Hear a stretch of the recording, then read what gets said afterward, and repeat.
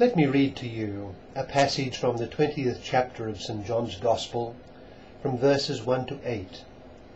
It's the Gospel for the feast of St. John the Evangelist on December the 27th. St. John writes, "On the first day of the week, Mary Magdalene ran and went to Simon Peter and to the other disciple whom Jesus loved, and told them, 'They have taken the Lord from the tomb, and we do not know where they've put him.' So Peter and the other disciple went out and came to the tomb. They both ran, but the other disciple ran faster than Peter and arrived at the tomb first. He bent down and saw the burial cloths there, but did not go in. When Simon Peter arrived after him, he went into the tomb and saw the burial cloths there, and the cloth that had covered his head, not with the burial cloths, but rolled up in a separate place. Then the other disciple also went in, the one who had arrived at the tomb first, and he saw and believed." That's from John chapter 20, verses 1 to 8. And what does it suggest to us? Well, it is generally agreed among most New Testament scholars that the Gospel of St. John is the last written of the Gospels, and perhaps put together in its final form near the end of the 1st century. I have seen this radically challenged by serious scholars who put it much earlier, their main evidence being internal evidence. Well, whatever of that, it is remarkable how vivid is the impression of the person of Jesus in that fourth Gospel, and how fresh are the details so often given.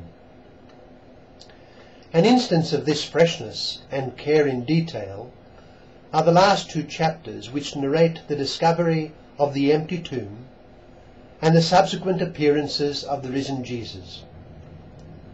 Our Gospel passage today clearly has for its source the other disciple whom Jesus loved, as is mentioned in the passage, the companion of Simon Peter, who ran ahead of Peter and reached the tomb first.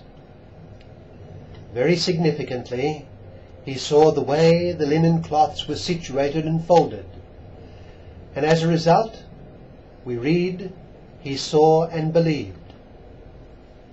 Three figures feature in the passage: Mary Magdalene, who carried the news of the empty tomb, and Simon and the other disciple who saw the empty tomb for themselves. But let us notice something that distinguishes each of them: the burning love they had for Jesus. Mary Magdalene ran to the other two disciples, and they in turn both ran to the tomb, while the disciple Jesus loved ran faster than Peter and arrived at the tomb first. Their running showed their love, and it is this which marks the disciple of Christ, his love for Jesus. He does not simply appreciate and accept the teaching of Jesus, although of course this is essential. He loves Jesus' very person. The Christian religion involves a personal relationship with the person of Jesus, a relationship that is one of profound and ardent love. The first and foremost love, of course, the love that is at work in the first instance, is the love of Jesus for his disciple. "You did not choose me," he says, "I chose you, and I commissioned you to go out and to bear fruit." His love for us inspires in us an ardent love for him. But secondly, the one whom the Christian loves is a very concrete person. He's not just an idea, a thought, an image.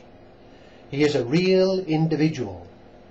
He had terrible things happen to him, and there are historical documents, the Gospels, which describe them.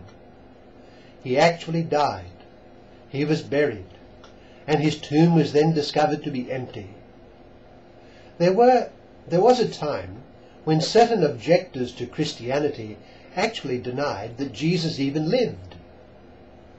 They denied he was an historical personage, claiming instead that he was an invention of scheming or deluded groups of people. The absurdity of this scarcely needs mentioning, but even today, significant groups deny basic facts about Christ.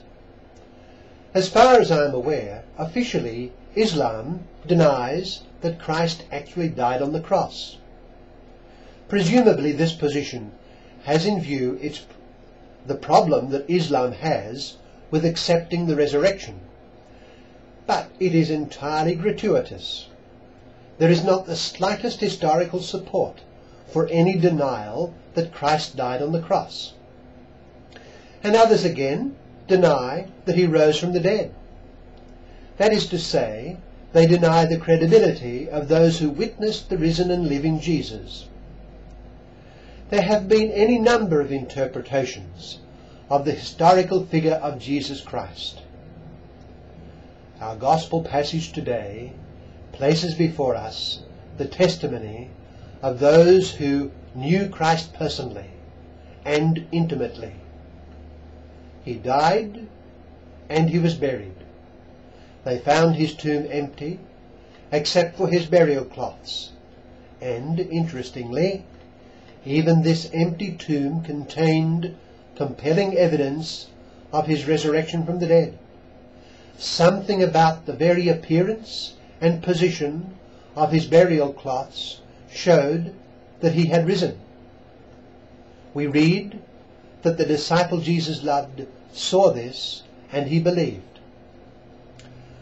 I remember years ago being at the tomb of Christ in Jerusalem, and an American tourist came in and wanted to know where the body of Christ was buried.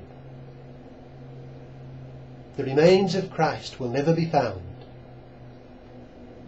That was where they laid him, but he is risen. He is our risen Lord.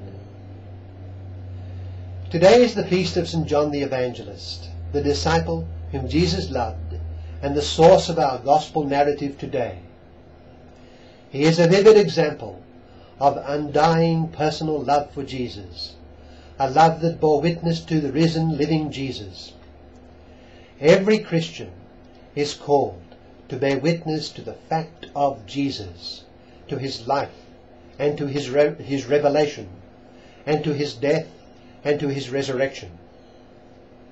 Let us show our love for Jesus by bearing daily witness to him before the world of our everyday life and our everyday work.